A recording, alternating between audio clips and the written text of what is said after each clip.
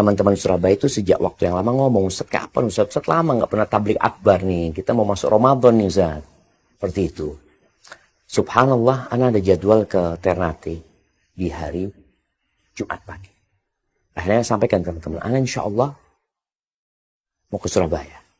Fadlan kalau mau bikin kajian. Akhirnya mereka rapat, bismillah Ustaz, insya Allah kita bikin tablik akbar. Akhirnya, ya sudah. Ketika mereka menyampaikan itu, ana siap. Temanya juga sudah dibuat ya. Mereka berkaitan dengan hari akhir, ya, hari pembalasan. Ya. Tujuannya ya untuk memberikan semangat teman-teman memasuki bulan Ramadan. Dan ketika mereka mengatakan insya Allah tablik akbarnya di masjid Salam. Ana berpikir insya Allah nggak ada masalah karena udah berulang kali kajian di situ, nggak ada masalah gitu loh. Sudah bismillah. Cuma sehari sebelumnya akhirnya ana dapat kiriman surat yang dilayangkan oleh saudara-saudara kita dari Banser ya. Ana Ansor apa Banser? Iya. GP Ansor itu ana dapatnya bukan dari teman-teman panitia malah. Dari salah satu ustaz di Jakarta. Dia kirim ke ana. Dalam hati ana, insya Allah mudah-mudahan bisa dikomunikasikan, insya Allah bisa lanjut. Akhirnya anak tanya sama teman-teman saudara, gimana? Insya Allah Ustaz, aman Ustaz, seperti itu. Sebenarnya kalau nggak jadi pun ya nggak apa-apa, mau gimana kalau memang nggak bisa dilaksanakan. Dapat informasi, kata mereka insya Allah nggak apa-apa, tapi Ustaz nggak boleh nyampaikan ini, itu, macam-macam lah. Nah, bismillah lah, kita memang akan membahas tentang hari kiamat.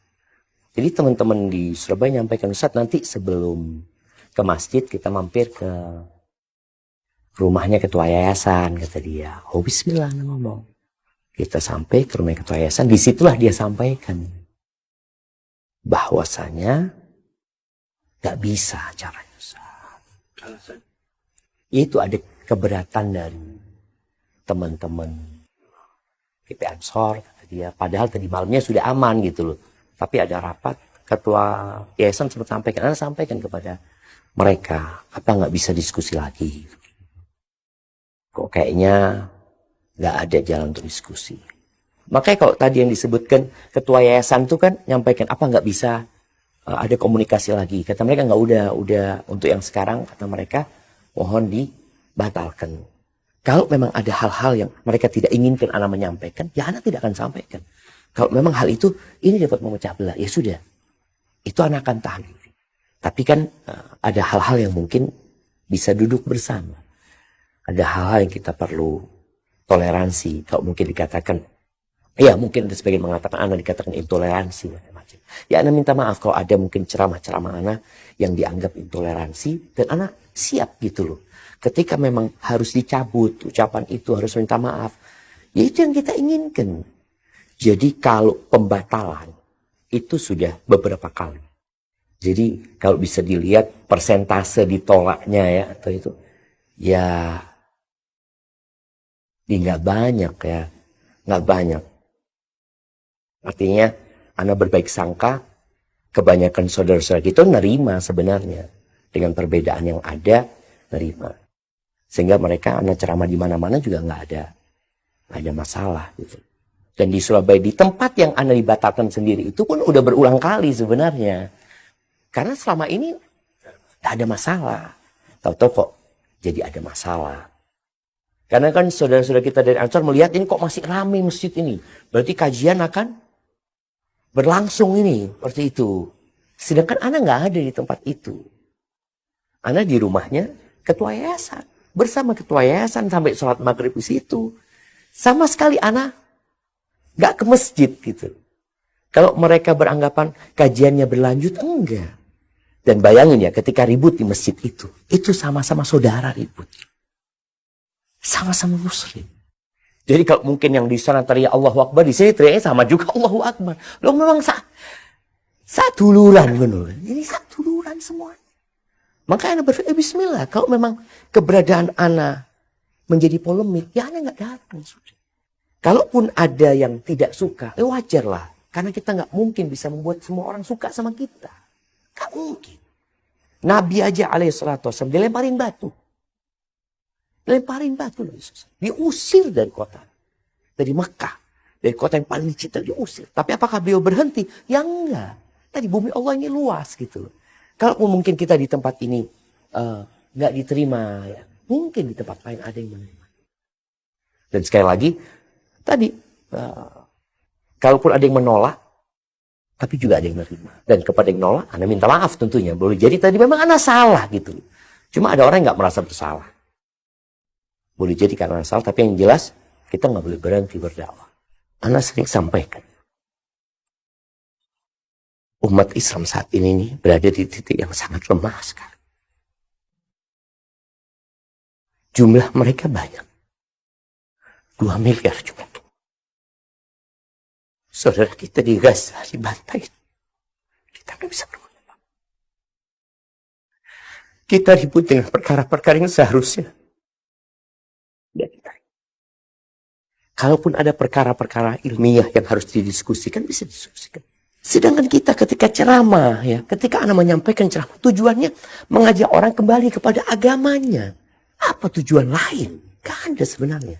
Dan harapan kita memang kita bareng-bareng nih. Bersama semua ormas yang ada, bersama semua yayasan yang ada, semua ustadz yang ada. Bagaimana mengajak umat itu kembali kepada agamanya. Tapi ketika umpamanya ceramah nggak bisa. Sedangkan kita tujuannya tadi mengajak umat untuk kembali kepada agama Allah. Ya ada kesedihan kita. Tapi ya mau gimana lagi, kadangkala persaudaraan tadi anak harap itu lebih penting ya. Daripada kita harus ribut, apalagi kalau terjadi baku hantam di antara saudaranya. Siapa yang ketawa? Siapa yang gembira gitu. Kita dalam posisi yang seharusnya ya bergandengan tangan dalam perbedaan yang ada. Selama perbedaan itu bisa ditoleransi ya. Tapi bukan berarti kita tidak saling mengingatkan. Insya Allah kita bisa mengajak umat bareng-bareng menuju kepada Allah Azza wa Jalla, menuju kepada agamanya. Ini loh agama yang Nabi SAW dulu sampaikan. Kita akan hina.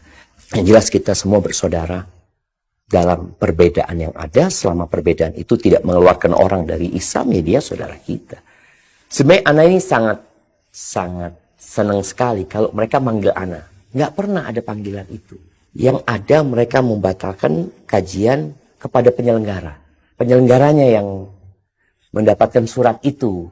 Di Jember ini alhamdulillah kita pernah mengadakan pertemuan dengan waktu itu di mediasi sama MUI sama Kapolres.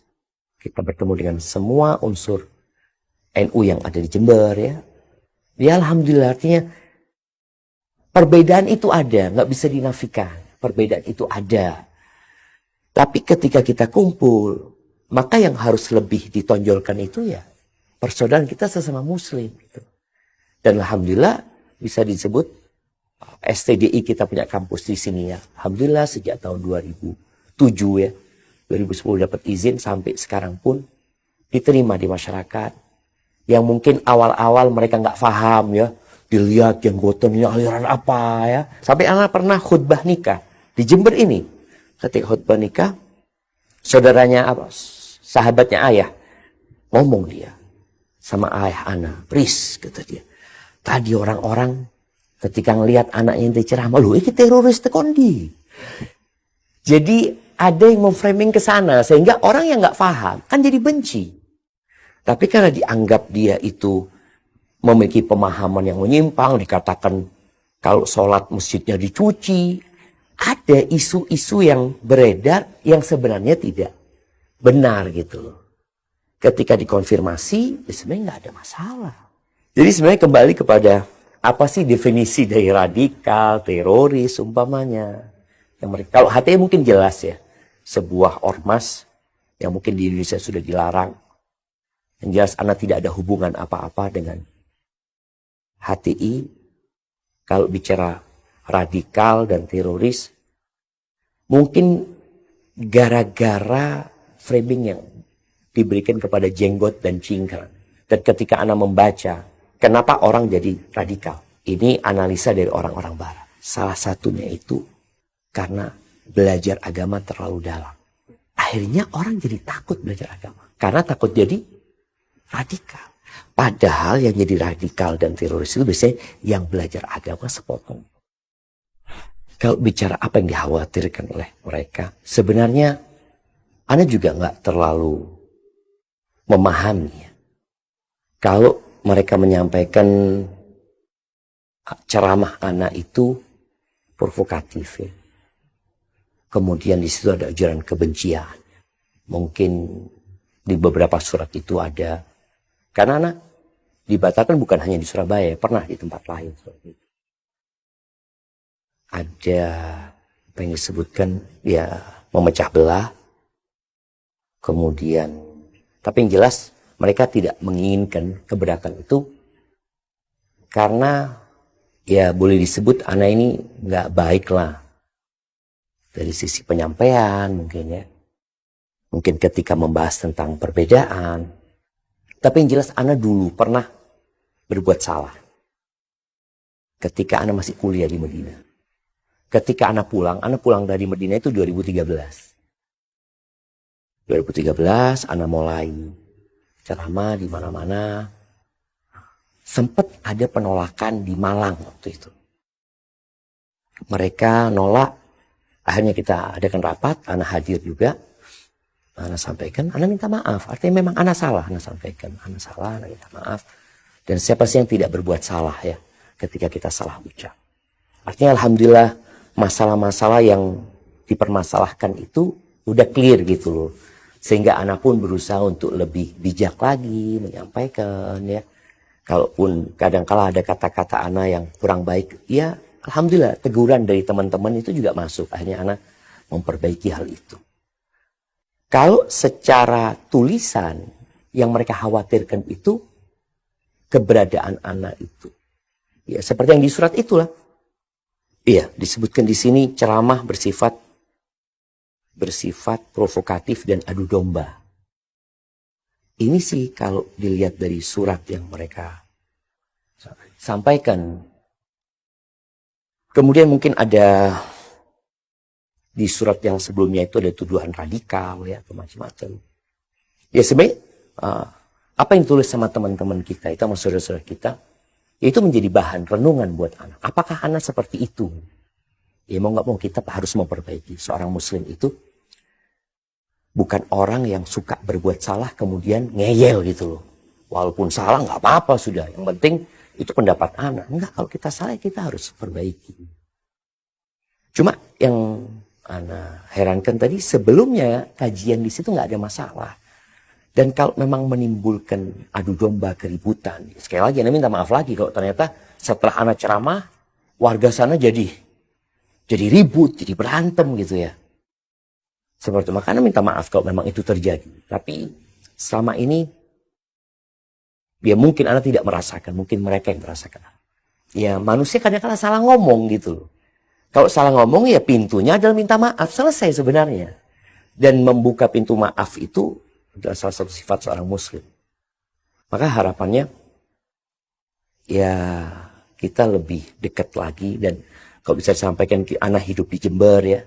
Ana hidup bermasyarakat di Jember, tetangga-tetangga kita ya dari teman-teman Nahdlatul Ulama ya. Ana berjalan kumpul sama mereka. Walaupun kita mungkin tidak mengikuti kegiatan-kegiatan yang mungkin nggak sepaham. Tapi kita tetap saling menghargai, saling menghormati. Karena ya, sesama muslim kita ini. Dan boleh jadi mereka yang benar gitu loh. Maka kita kan terus belajar. Artinya ketika mereka memberikan masukan, ya kita pelajarin. Kalau kayaknya enggak. Kayaknya buat anak tetap yang lebih kuat pendapat yang ini. Ana rasa itu yang seharusnya lebih diutamakan dan itu sudah terjadi. Yang terjadi di Surabaya itu sebenarnya nggak terjadi di banyak tempat, enggak gitu loh. Allah itu mengatakan, "Alladzi khalaqal mauta wal hayata." Dialah Allah yang menciptakan kematian dan kehidupan. Apa tujuannya? Liyabluwakum ayyukum ahsanu amala. Untuk menguji siapa di antara kalian yang paling baik amalannya. Dan di antara cara kita menjadi lebih baik itu adalah mendengarkan kritikan dari orang lain. Itu insya Allah kita akan jadi lebih baik. Tapi kalau kita nggak mau dikritik, ya kita merasa paling benar, ya kita nggak akan pernah jadi orang benar sebenarnya. Jadi sekotor apapun kita, Ya kita yang harus membersihkan diri. Allah itu maha menerima taubat. Tapi manusia itu bakhil. Jadi bedanya manusia, ya manusia memang ya, sama Allah. Allah itu Tuhan, Allah itu pencipta. Kita berbuat salah sama Allah pagi ini, siang nanti ngulangin, besok kita ulangi. Bulan ini full dosa kita lakukan. Terus kita datang sama Allah, ya Allah aku minta maaf ya Allah. Apa kata Allah? Aku maafkan. Besok kita berbuat dosa lagi, kita, ya Allah aku minta maaf ya Allah. Aku maafkan. Kita ngulangin dosa lagi, kemudian kita, ya Allah aku minta maaf ya Allah. Kata Allah SWT, "Falyaf'al ma syaa." Engkau berbuat apa saja silakan. Asal engkau minta maaf sama aku. Minta ampun sama aku. Dan kalau memang suatu saat kalau mungkin ada yang menolak kehadiran ana, mohon ana dipanggil untuk dibina, untuk dikasih tahu. Kalau ternyata ada memang hal-hal yang harus ana perbaiki, ana akan perbaiki. Tapi kalau ternyata ada perkara-perkara yang memang ada ruang untuk beda pendapat, disinilah kita saling menghormati, saling menghargai. Jadi jangan sampai Islamnya ini rusak gara-gara masalah-masalah yang memang ada ruang untuk berbeda pendapat. Kalau sampai akhirnya memang nggak ketemu semua dengan pendapatnya masing-masing, ya sudah kita saling menghargai.